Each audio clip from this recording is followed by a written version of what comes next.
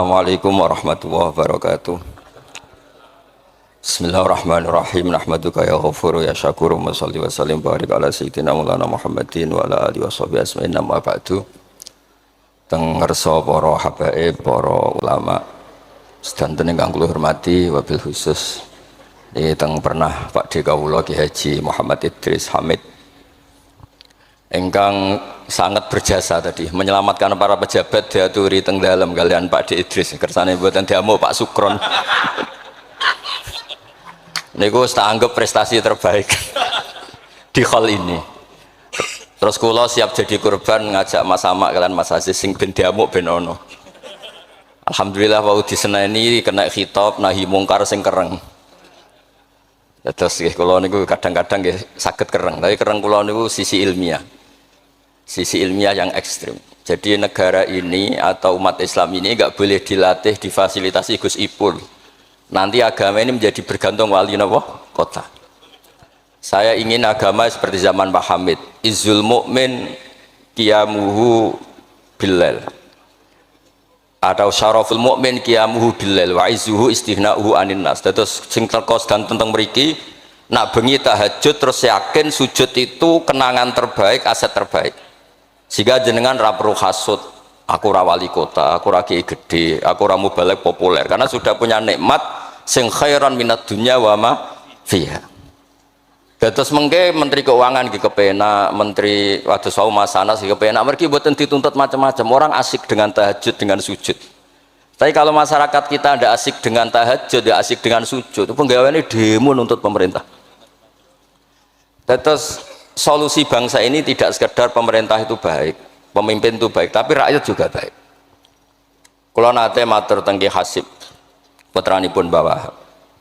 Kebaikan konsensus itu dimulai dari kita. Misalnya barokahnya orang Indonesia itu sholat. Itu banyak orang yang punya anak cantik itu dilamar orang kaya tidak mau hanya karena yang kaya raya ini tidak sholat. Padahal kalau nikah sama orang kaya ekonominya selesai. Padahal miskin sekali. Jadi rakyat itu pun heroik Gus Ipul. Demi cari mantu yang sholat itu direwangi di mantu melarat santri mergo sholat. Sing lamar sugih mboten sholat. Nah kalau rakyat sudah punya konsensus gitu, mereka tidak akan milih pemimpin yang terkenal tidak sholat, apapun baiknya sosialnya. Sehingga tolok ukur kebenaran ini menjadi tolok ukur politik juga. Kan nggak mungkin masyarakat yang sholat terus nganggap pemimpin yang baik itu yang tidak sholat. Masyarakat kita anti zina, anti prostitusi, karena itu fahisyah. Sehingga juga tidak milih pemimpin yang punya perilaku seperti itu. Masyarakat kita humanis, menghormati hak-hak orang lain, hak buruh, juga tidak akan milih pemimpin yang jahat, yang sadis, yang macam-macam. Nah nilai bersama ini yang coba kita bangun. Tahu dawuh Pak Sukron bikin sakofa Islamiyah. Sehingga ini dimulai dari kita. Kemudian barokahnya ilmu, kalau kita sudah senang sujud, saya punya banyak hadis diantara dijelaskan setan itu paling menangis kalau melihat orang mukmin sujud. Kata setan itu, gara-gara sujud saya dikeluarkan dari surga karena menolak sujud tadi. Kalau niku Mbak Idris nate teng beberapa daerah yang luar biasa susahnya. Niku barokah boten bergantung wali kota Pak Ibu. Kalau jadi kiai gede paling nyesal itu satu. Kiai-kiai kecil itu di daerah-daerah tertinggal itu mendirikan masjid. Kiai nak pun gede kados kula diundang ning masjid disangoni kas masjid. Wong niku nyesal kula teng Pangeran Montek amen. Sing kiai cilik melarat muassisul masjid banil masjid sing kadang kiai gede kados kula disangoni dhuwit kotak masjid. Lha sing kiai cilik iku gawe masjid, sing kiai gede entuk kok masjid. Itu barokahnya ilmu, saya bisa istighfar. Kalau saya tidak punya ilmu seperti itu, tidak punya ilmu warok seperti itu mungkin bangga. Untuk sanggup kok kotak masjid niku bangga. Jadi saya mohon dah dilatih. Keilmuan itu dilatih sehingga barokahnya itu juga nura yamsi bihi finnas. Allah tidak ngendikan nura yamsi fil madaris wala fil muasasa wala fil masajid, tapi yamsi bihi finnas. Teman-teman kita yang di Taiwan, di Amerika, di Eropa itu di Indonesia dilatih sujud, dan sujud itu jadi kebutuhan mereka mahasiswa, mereka pekerja, mereka pejabat. Kepikiran kalau di Korea ada masjid, di Amerika ada masjid, di Eropa bikin masjid, bikin komunitas pendidikan. Itu kalau dari awal dilatih mendapat, tidak akan jadi. Karena dilatih nunggu Tapi barokahnya mereka dari pikirannya sendiri, nura yamsi bihi finnas. Teman-teman pekerja itu urunan terus bikin apa? Masjid, bikin pendidikan. Nah, terus target kula, target saya itu kepengen tiang Islam niku punya nura yamsi bihi finnas. Mereka tersiksa kalau di komunitasnya itu tidak ada tempat sujud.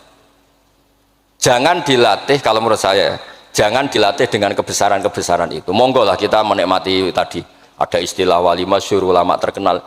Itu buat orang Islam supaya dapat pahala. Piro-piro ngidolakno wali, mboten ngidolakno penyanyi dangdut ngoten mawon.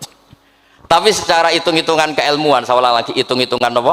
Keilmuan. Kita ngitung, kalau semua orang Islam afrodul muslimin gadah semangat bikin sujud, akhirnya pertama ada tempat sujud di Korea itu yang bikin anak-anak TKI, di Taiwan, di beberapa negara Eropa, bahkan di Amerika pertama yang bawa Islam itu kebanyakan juga orang imigran, punya kebutuhan sujud bikin masjid, padahal zaman itu belum mungkin secara hukum negara Amerika, masih imigran gelap, lama-lama jadi orang terpelajar, lama-lama bahkan jadi yang senator macam-macam. Itu dimulai dari nura yamsi bi finnas, bukan dimulai dari kebesaran. Lalu kalau nu sajane nggih radi susah, jadi kiai gede nggih susah. Susahnya wow, takut saya tidak punya kecakapan lagi bina sing nura yamsi bihi napa finnas. Nggih bapak kula nu akrab sangat kalian Pak Hamid, karena Pak Hamid sepupu mbah saya itu di antara dawuh yang diingat-ingat itu nur aku soleh-solehku dewe kok terus wong sering ngekeki dhuwit. Maksudnya saya soleh-solehnya sendiri untuk taqarrub ila Allah kok orang ngasih fasilitas napa duniawi. Makanya terus beliau sakhok sekali karena itu menghilangkan hisab. Jadi itu satu-satunya cara untuk menghilangkan apa? Hisab. Kan kita soleh itu inginnya dapat pahala di akhirat. Tapi di Indonesia itu baik. Orang soleh pun dapat fasilitas duniawi. Menjual kesolehan itu gampangnya Masya Allah. Sehingga yang nggak soleh pun pura-pura soleh. Dan itu akhirnya nyuwun sewu jadi materi. Dulu kita nyari ilmu ikhlas. Makanya kata Mbah Mun itu, jadi santri lebih ikhlas di Bang Kiai. Kok sakit ya? Kowe nak dadi santri oke sapa mbok cucuk, tapi nek dadi kiai koyo saingan. Karena kayak rival gitu. Jadi ini kula rilek-rilek mawon, terus yang terakhir ini kula mboten lami-lami. Kula cerita tentang iltizatan aklian. Dari sekian hitung-hitungan, kula sering jagongan kalian Mas Sama, Mas Aziz. Dari sekian hitung-hitungan itu yang bisa mengawal Islam ila yaumil qiyamah itu adalah logika, iltizatan aklian kalau kata kitab Fathul Bari. Karena kalau hukum wujubul akli, kalau kita zaman ngaji itu ada wajib akli, itu ketika kita kecewa itu tetap, misalnya saya didik Mas Aziz dengan gaya sosial, sekali ada orang yang lebih sosial saya ditinggalkan. Saya didik masyarakat, sekali beda pilihan pilpres saya juga ditinggalkan, karena ini urusan sosial. Tapi kalau dididik iltizatan aklian, ini kata kitab Fathul Bari, orang itu tidak bisa mengelak, karena cocok tidak cocok, logika itu tidak terbantahkan. Ya tadi saya kemarin ngaji di sini juga cerita, kenapa ada syahidawa annahu la ilaha illallah satu wal malaikatu wa ulul ilmi qaimam bil qist. Kesaksian itu hanya ada tiga, satu kesaksiannya Allah tentu gak tertandingi, kedua kesaksian malaikat karena melihat langsung surga dan neraka, ketiga kesaksian ahlul ilmi. Berarti dari unsur makhluk itu nomor satu itu ahlul ilm, ulul ilm. Imam Amudi ketika ditanya, kenapa kamu bisa yakin kalau Allah itu ada? Ya jawabannya gampang, hadhil makhluqat maujudah.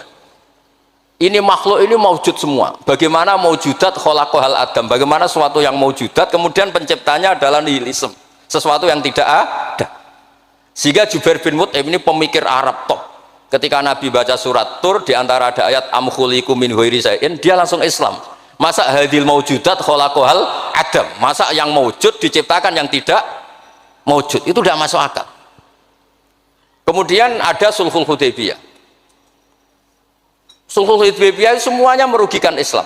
Sampai Sayyidina Umar protes, alasta bi Rasulillah, alasna alal haqqi wa hum alal batil. Umar itu protes karena di antara perjanjian Hudaybiyah itu kalau orang Islam masuk kafir dibiarkan, kalau orang kafir masuk Islam dikembalikan. Semuanya merugikan Islam, tapi Nabi mau saja.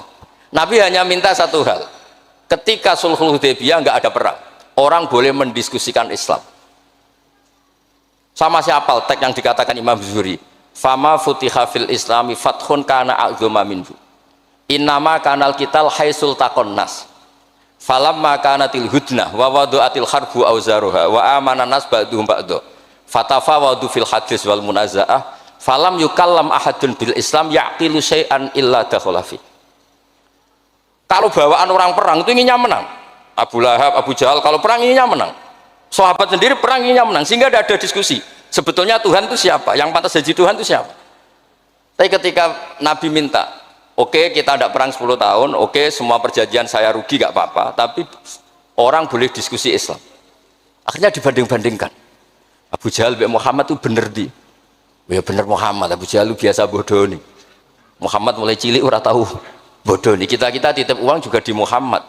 Berarti sudah gagal Abu Jahal jadi pemimpin, yang dipemimpinkan Muhammad. Mereka zaman itu masih jangkar, masih nama Muhammad. Terus berhala Namrud, Fir'aun. Yang jadi Tuhan itu pantasnya siapa? Kalau yang dipromosikan Muhammad, yang jadi Tuhan ya yang khalaqas samawati wal ardo. Terus Nabi Muhammad juga menantang, ara'aitum ma tad'una min dunil aruni madza khalaqu minal ardi am lahum syirkun fis samawat. Ada kualifikasi jadi Tuhan, syaratnya apa? Dia pencipta langit, pencipta bumi. Dia pencipta air, dia ini itu. Abu Jahal ndak, berhala-berhala ndak, Lata Uzza ndak. Akhirnya semuanya masuk Islam. Gara-gara barokahnya apa? Diskusi. Makanya di Quran sering ada kul ara'aitum, kul ara'aitum. Dan Allah mempersilahkan. Di diskusi itu makanya kata Imam Zuhri, falam apa itu tadi? Fatafawadu fil hadis wal munazah. Mereka debat terbuka. Nah sekarang itu orang harus ngaji seperti ini. Lah kalau iltidatan aklian tadi yang disebut kitab Fathul Bari, jenengan ngaji saya wajibul akli. Setelah itu jenengan kecewa dengan saya. Entah urusan politik, entah urusan ekonomi. Sampai tidak bisa membuang logika Anda itu tidak bisa. Sampai bisa enggak jadi orang komunis, ateisme, nihilisme. Terus berpendapat gini, hadhil maujudat sabaqohal adam wa khalaqohal adam. Ini yang maujudat langit bumi penciptanya adalah ketiadaan. Fakih fayakunul adam yu'athir wa yakhlut. Bagaimana sesuatu yang tidak ada kemudian bisa menciptakan. Jadi akhirnya paham nihilisme ini hilang. Barokahnya ya kayak Indonesia itu. Kadang di tonggo kiai ini wis kereng, rapati sosial. Ya tetap Islam. Mergo iso kecewa kiai tapi wong ora iso kecewa mbek napa? Islam. Beda pilpres, beda pilgub, dia tetap Islam. Bahkan orang nyun sewu yang masih suka mabuk, suka main perempuan, itu tidak pindah agama yang nyun sewu yang tidak melarang itu, tetap Islam. Karena logika yang dibangun Islam itu logika sing ma'ruf, logika sing makul, sehingga apapun kecewanya orang Islam. Nah ini pesannya Imam Ibnu Hajar al-Asqalani yang nyarai Bukhari, orang Islam itu harus didorong berlatih terus dengan kekuatan iltidatan apa? Aklian. Dia punya kenyamanan berpikir. Karena agama ini liqaumi ya'qilun, liqaumi yatafakkar. Makanya dulu Nabi itu urusan sosial pun tuh Nabi kalau ngendikan tuh mesti dilogika. Misalnya begini, ini yang urusan tauhid sudah sering saya jelaskan. Sebelum urusan sosial saya cerita Imam Tauhid. Saya berkali-kali cerita, Imam Amudi itu keramatnya itu karena guru matematika. Saya berkali-kali cerita. Terus kata Allah, silahkan ngajar malaikat saya tentang matematika. Itu malaikat diajarkan. Kenapa saya percaya Allah itu wajibul wujud? Beliau nulis angka 2, 3 sampai 1 miliar itu nisbatnya ke angka 1 itu nisbatul far'i ilal asli. Semuanya itu dinisbatkan ke angka 1, yang 1 itu dasar, yang lainnya itu far'un. Angka 1 miliar ya dimulai dari 1, 2, 3 dari 1. Berarti al aslu adalah Allahus somad kul huwallahu ahad. Gambar kayak apa ruwetnya juga dimulai dari 1 titik. Lah titik ini nuktatul wujud, maka sirnya bismillah dimulai dari 1 titik. Nah kalau umat ini dilatih begitu, itu mbok kecewa kayak apa tetap Islam. Tapi kalau dilatih, penak jadi kiai. Sering diundang nih wali kota disangoni. Ono kiai sira disangoni terus rapati Islam. Enak jadi kiai top, sering diundang nih dinti dihormati. Engkau serapati jadi top terus rapati bangga be Islam. Tapi kalau dilatih iltizatan aklian, apapun kondisinya, mereka akan nikmati ilmunya sendiri, nikmati akalnya apa? Sendiri. Ada beberapa kasus sosial yang gagal, tapi Nabi bisa mendidik dengan teori iltizatan aklian. Ada istaka rojulun, syaka rojulun ila Rasulillah, bapak saya itu nakal sekali ya Rasulullah, sayyul khuluq. Terus bapaknya datang pakai yattaki walal aso. Terus Nabi tanya, itu bapak kamu ya? Terus bapaknya, ini orang ini mengadukan kamu itu sayyul khuluq sama anak kamu. Terus kata bapaknya, innahu kana faqiran, innahu kana dhaifan wa ana qawiyun wa faqiran wa ana ghaniyun walam amna'hu syai'an min mali wal yauma ana fakir wa huwa ghaniyun wa ana dhaif wa huwa qawiyyun wa yabkhalu alayya bimali. Niki tiyang anak kula niki riyen ketika kecil kula sugih dekne lemah, kula mampu dia lemah, tak urusi. Sakniki kula lemah dekne kuat mboten ngurusi kula. Terus Nabi ngendikan masame abi hadza min madarin wala hajarin illa baka. Semua makhluk itu menangis karena keluhan bapak kamu ini. Terus Nabi ngendikan anta wa maluka li abika.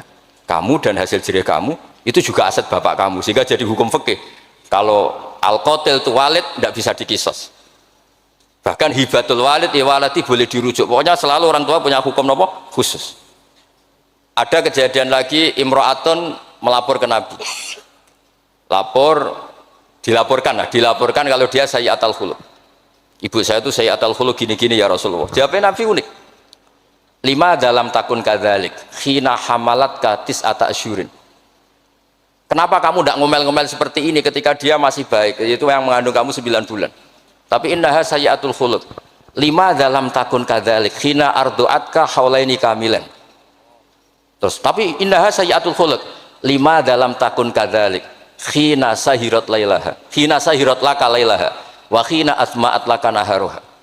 Kenapa kamu tidak ngomong seperti itu ketika kamu masih butuh susunya, butuh binaannya? Sekarang kamu kuat baru ngomong gitu. Terus kata pemuda tadi, laqad jazaituha ya Rasul. Saya sudah membalas itu. Apa balasan kamu? Lakot hajat tuha ala unuki. Dia pernah haji tak gendong. Tapi Nabi ngendikan fawwah ma jazaitaha. Kamu tetap tidak bisa balas jasa ibu kamu. Jadi orang ketika ingat sisi sayyi'atul khuluq ibunya ketika sepuh, Nabi mengeset ulang. Apa seperti itu? 5 dalam takun kadzalik. Kenapa ibu kamu tidak sayyi'atul khuluq ketika hamalat katis ata asyurin? Kenapa saat itu kamu tidak digugurkan, dibuang ke kali? Daripada dia anak akhirnya gak ngaku ijazahnya orang tua. 5 dalam takun kadzalik khina ardu'atka haulaini kamilan.